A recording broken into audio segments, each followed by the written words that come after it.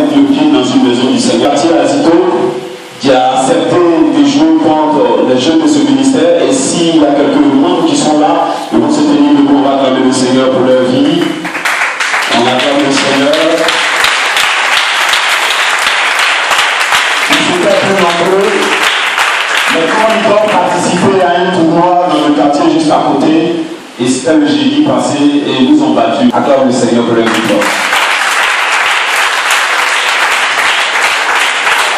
Aujourd'hui encore, bonne arrivée, Christ pour la délivrance et la restauration des âmes qui vous reçoit.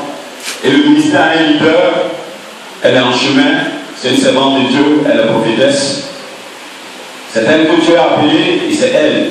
C'est à elle que Dieu a donné la vision pour ce ministère. Amen. Et effectivement, elle a commencé le ministère en 2004. Je ne peux pas te dire le jour, le mois, tout ça. C'est des détails. Mais c'est en 2004 que l'œuvre a commencé selon les orientations du Seigneur au travers de sa main.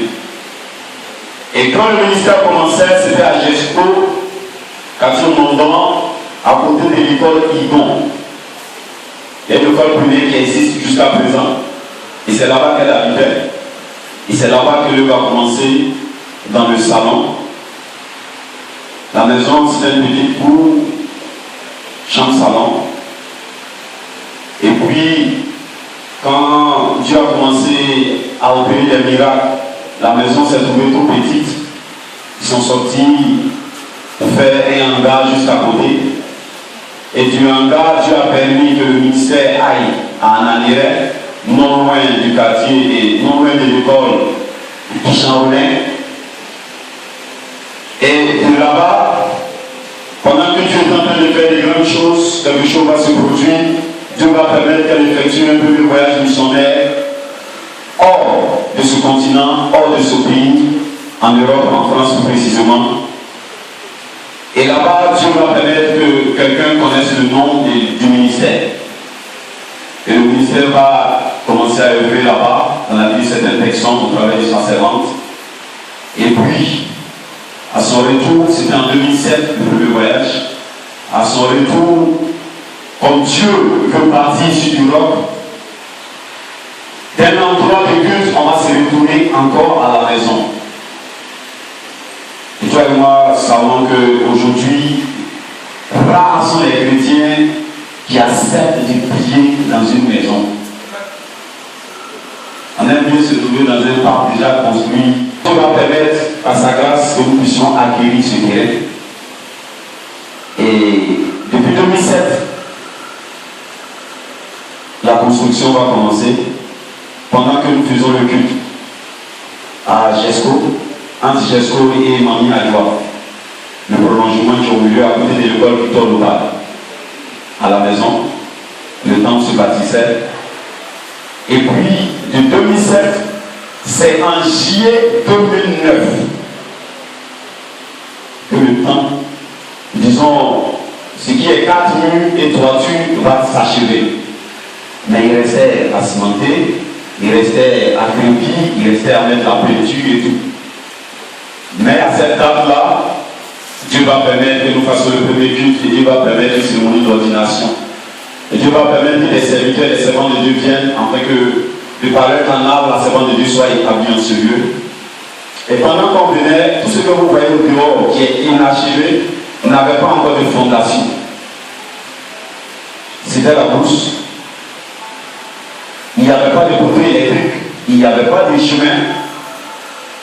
Donc quand on finit le culte, il y avait une petite piste qui passait juste derrière et on traverse et on est au goudron et tu prends tes deux pieds par le haut des muscles avant de prendre un véhicule pour aller où tu dois aller. Donc tu imagines avec moi comment c'était pas facile. Un premier dimanche, tu auras dit fidèle. Et quand ils vont voir le chemin, le parcours, le dimanche qui suivra, tu ne le verras plus. Et dans la persévérance, dans la prière, la Bible nous enseigne que nous sommes la lumière du monde. C'est pas en vain. Et je dirais que la présence de ce temple dans ce quartier a permis qu'il y ait la vie dans ce quartier. Parce que quand on venait, il y avait toujours la bagarre avec il y avait des gros bras ici, des étudiants, des billets, il y avait toujours des palabres avec des machettes, il y avait toujours du sang qui se versait par-dessus, par-là. Mais Dieu a fait que ces personnes-là s'attachent à nous, les hommes de Dieu. Et Dieu a fait que ces personnes-là, ce soit eux qui viennent pour nous dire non, ici c'est comme ça, non, ici c'est comme ça. Et nous, par le canal du Seigneur, en leur donnant certains conseils, il y a beaucoup de choses qui ont pu faire ici. Dis Amen. Et Dieu va continuer des personnes tout en délivrant d'autres personnes. Ceux qui ont reçu la visite du Seigneur en Europe vont apporter leur contribution. Ceux qui vont recevoir une guérison ici vont aussi apporter leur contribution. Et petit à petit, vous allez voir ce que vous voyez maintenant dans ce temple. Mais si j'ai une chose à vous dire, c'est que ce temple a été bâti par la foi. Parce que nous étions à 2 semaines de la cérémonie d'ordination qui devait avoir lieu en juillet 2009. Il n'y avait pas encore de toitures, il n'y avait pas de piliers, il n'y avait pas de charpentes. 2 semaines de la cérémonie. On avait déjà adressé les courriers. Les invitations sont parties. Il n'y a pas de toiture, il n'y a pas de charpente, il n'y a même pas de piliers. Donc, de façon humaine, tout ce qu'on peut trouver comme solution, c'est de reporter.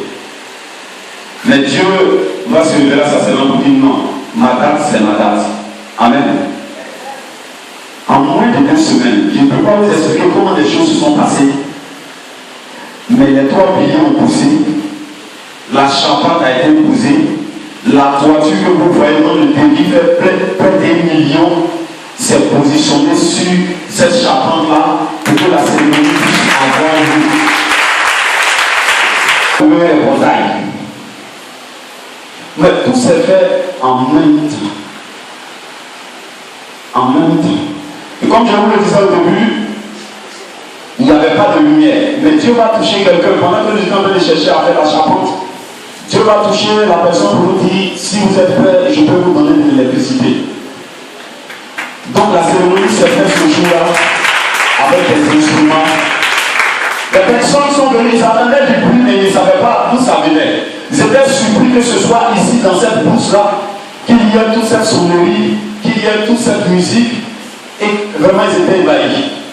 Dieu a promis de faire quelque chose dans ta vie. Il ne regarde pas comme les hommes regardent, mais il regarde comme Dieu regarde. Parce que quand Dieu regardait l'existence au commencement, la Bible m'enseigne que la terre était informe et vide. Mais il y a eu quelque chose qui s'est produit.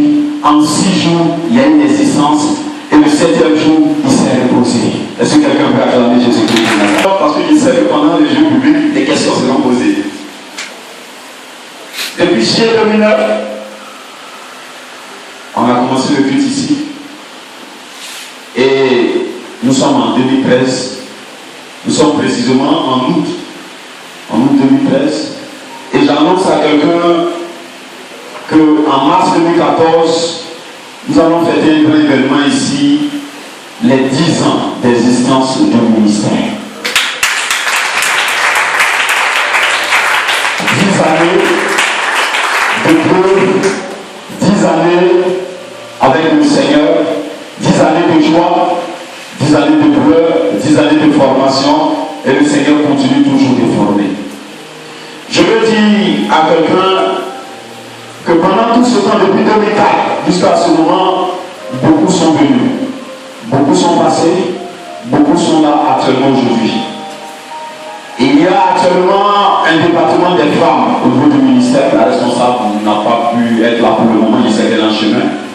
Et il y a le responsable de la jeunesse qui est le modérateur du jour, c'est le dirigeant du jour, le frère Gédéon.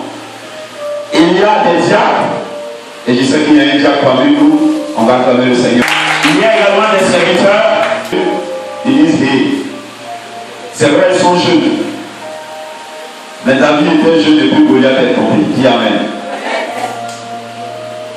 Et Dieu sait ce qu'il veut faire quand il choisit une personne jeune. Dieu sait aussi ce qu'il veut faire quand il choisit une personne adulte.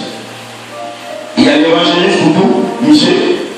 Il doit être quelque part dehors. S'il est à côté, qu'on lui fasse, il est à la porte. Également de la jeunesse, l'apôtre Gédéon Marius Yao, on va clamer le Seigneur de sa vie. Et j'annonce à quelqu'un que le 14 juillet, il est invité spécialement pour son mariage. Donc le 14 juillet, viens. L'élu du Seigneur est présent dans la salle. Je peux faire peur son nom, mais accorde le Seigneur. Le 14 septembre. Le 14 septembre, tu es invité. Le samedi et le dimanche. Amen. Il y a également votre même serviteur, le prophète Josué Kouabé, pasteur principal. Je suis là au côté de la servante de Dieu depuis 2004. Depuis 2004, je suis à côté. Et j'ai vu beaucoup de choses. La bonne épouse est juste à côté du bas.